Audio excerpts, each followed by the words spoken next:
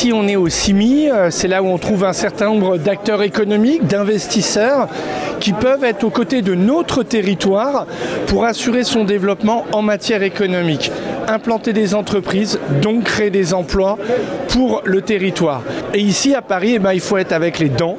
Il faut se bagarrer pour défendre Montpellier. L'atout de Montpellier, c'est que, outre tout ce que je pourrais dire sur la qualité de vie à Montpellier, il y a une vraie question de localisation géographique qui est à mi-chemin entre l'Espagne et l'Italie, où d'ailleurs on voit de plus en plus d'entreprises logistiques à s'intéresser à ce niveau-là. Et puis à Montpellier, outre cet aspect-là, il y a beaucoup d'industries qui se développent de façon très importante, notamment parce qu'il y a une stratégie politique publique, développement économique qui s'applique. Il y a d'abord les ICC, les industries créatrices et culturelles, qui sont un pôle de développement qui est en train de s'accroître et s'amplifier. Il y a toute la démarche autour de One Health, et notamment avec Medvalley. Et puis il y a beaucoup d'activités économiques à Montpellier. Donc il y a des projets économiques qui se développent à Cambacérès, avec la gare TGV qui est en train de naître de terre. Voilà, donc il y a tout ça qu'il faut présenter à l'ensemble des acteurs. Montpellier est un territoire de désir.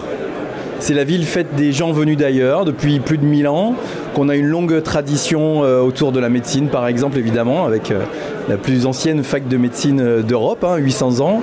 Et on veut développer, bien sûr, un certain nombre de secteurs économiques qu'on pourrait imaginer nouveaux, mais pour Montpellier, ils ne sont pas nouveaux. C'est autour des biotechnologies, autour de la santé, autour de l'alimentation, autour de l'environnement.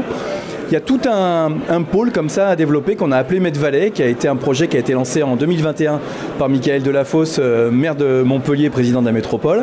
Aujourd'hui, évidemment, c'est essentiel de mixer à la fois l'attractivité, le bien vivre à Montpellier, le bien vivre à la mode montpelliéraine, à la mode méditerranéenne, et puis l'attractivité du monde économique, puisqu'il faut que les personnes qui vivent, qui s'y sentent bien, puissent y travailler dans d'excellentes conditions. Et c'est pour ça aussi qu'aujourd'hui, on a eu l'occasion, notamment ce matin, d'avoir un débat autour des bâtiments serviciels, où dans un même bâtiment, la personne ou l'entreprise devient un usager, et que dans le même bâtiment aujourd'hui, avec le changement de paradigme, nous puissions avoir des personnes ou des entreprises qui vivent, qui se transforment, qui évoluent dans un même bâtiment. Donc ça aujourd'hui, c'est une volonté également politique, une envie forte de l'ensemble des communes de la métropole.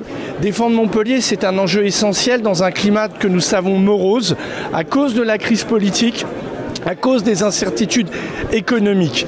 Il n'y a pas d'autre chemin que d'être conquérant, d'être battant pour ce territoire qui ne manque pas d'atouts, pour lequel nous investissons, pour en faire à l'horizon 2030 le territoire le plus avancé en matière de décarbonation, pour en faire un territoire agréable à vivre grâce au sport, grâce à la culture, grâce aux espaces publics du centre-ville qui s'embellissent, grâce à la rénovation urbaine que nous portons dans le quartier de la Mosson. Chaque entreprise qui vient, ce sont des emplois pour nos jeunes, pour ceux qui en recherchent, et c'est de la création de richesses pour le territoire.